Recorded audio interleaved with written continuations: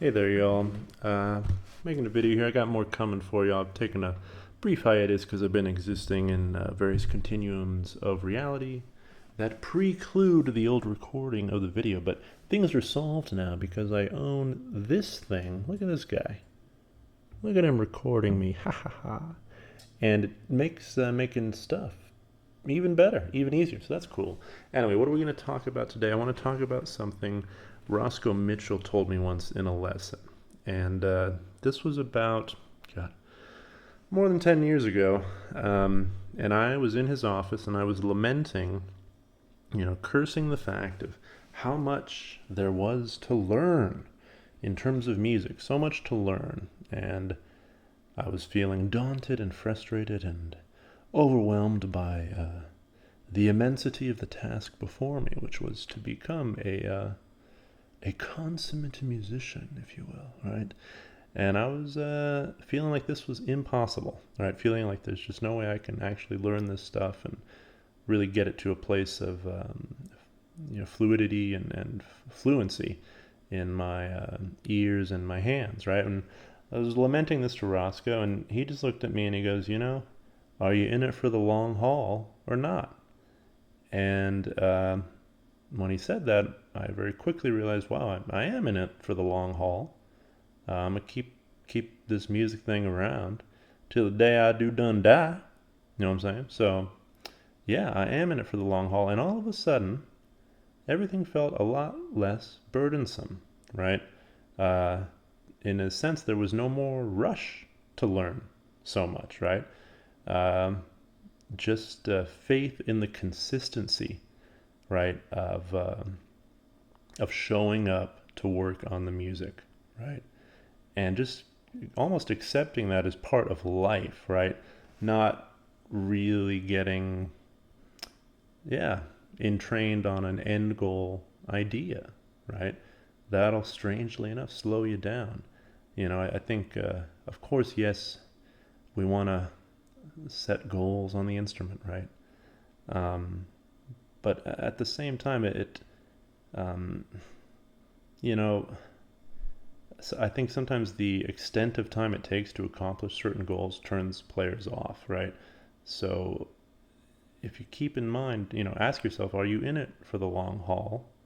This is going to make the tougher stuff easier to take, as in the longer depths of study. I'm thinking right now about just certain Ted Greene arrangements I've learned that genu genuinely, and not generally, but a few of them genuinely took 6 months, months to really play it.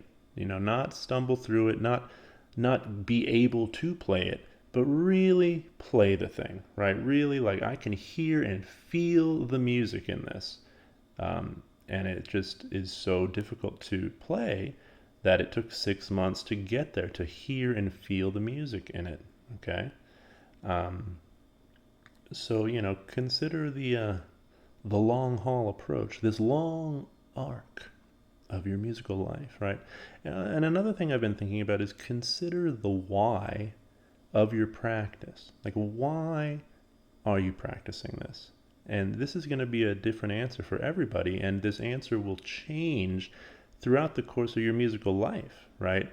The reason you pick up an instrument is very rarely, well, I don't know, maybe it is, but the reason you might have picked up the guitar is certainly not the reason you're playing it 3 years later. Maybe it is, but sometimes it's just oh, I want to learn that song, or I'd love to play a song for my sweetheart, and that gets us to pick up the instrument. But these um, mediocre whys, they don't sustain us, right? So if we're really in it for the long haul, we probably already have done a little inquiry into our why of why we're playing music. And if you're not sure of this, I encourage you to think about it, right? Ponder it, uh, contemplate, right? Do done journal in the old journal. Why are you working on what you're working on, right? Like, I think in high school I was not in the high school jazz band, but I had friends who were.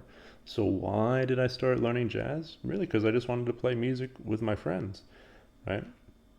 And then started playing jazz. Great, I can played a gig or three and can improvise, played with some cool cats, and air conditioner's on, you hear it? Oh man, sounds. But as time goes on, can play the jazz, great, but I still feel just utterly incomplete. Why do I want to really study harmonic theory? Why? Well, I'd like to compose in a way and really really know what I'm doing, know the territory, know the map of this sonic world, right? It is a landscape, harmony.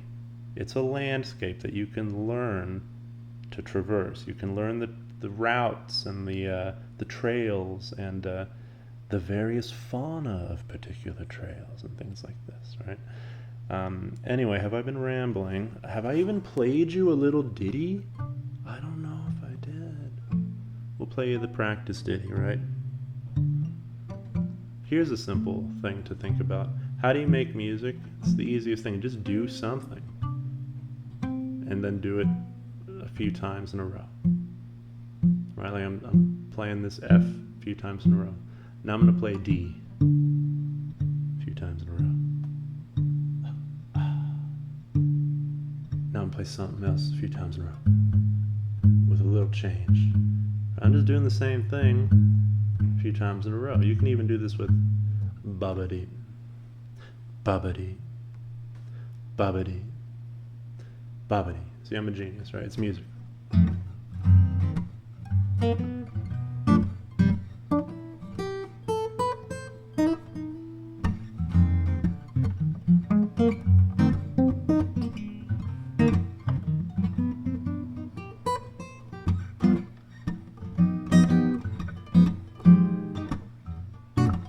Oh no.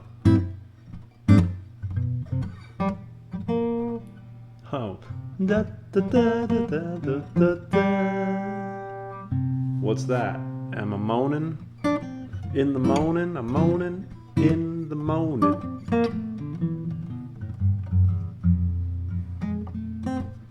It's almost time for me to go, folks.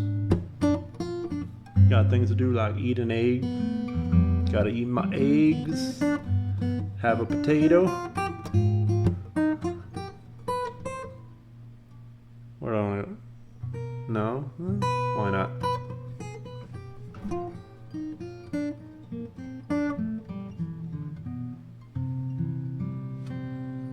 And I'm just poor rambling man in C major.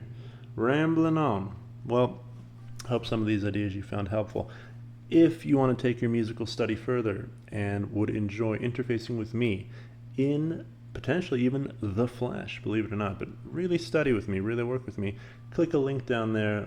I got options for study if you're serious, if you're not, thanks for being here too. That's cool.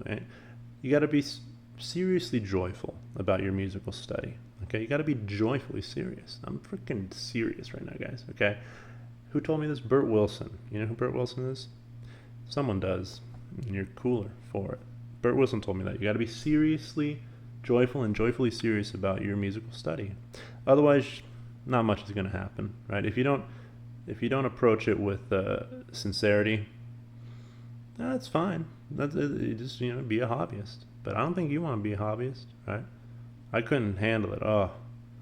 It's too, it would suck to hear such beautiful music and want to play beautiful music and to just be playing this mediocre crap. And that's part of the trail, man. If you're really into this, you're going to, unless you're sincerely gifted, right, part of your musical journey is going to be playing not the nicest stuff. You got to play through the BS, right? You got to work and work and work and refine your touch, refine your sound, refine your hearing. And there will be a period in there. And isn't even the intermediate period. It's just, where,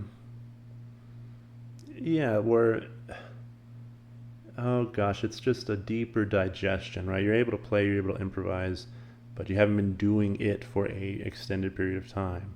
So that's why, I was saying the other night, like, there's periods in your study where it just feels like you're in the same spot for a long time, but it's ever so subtly uphill. It really is, right? Keep digging that same hole, keep hitting that same idea. Then you'll find that you'll turn around and go, damn, we did elevate. It's just, it's a subtle shaping of the sound, okay? And it's the long game. So be patient, okay? Be patient and just be sincere in your study. Really listen, really focus. Don't engage mindlessly with your study. Perhaps you're playing. Yeah, right? Put the mind away when it's time to play and just play. But when it's time to study, you gotta study, you gotta focus. Okay? I'm gonna go. What do you think of this sound? Good sound? Okay, I'm gonna play us out. Eyes closed. Gotta be weird.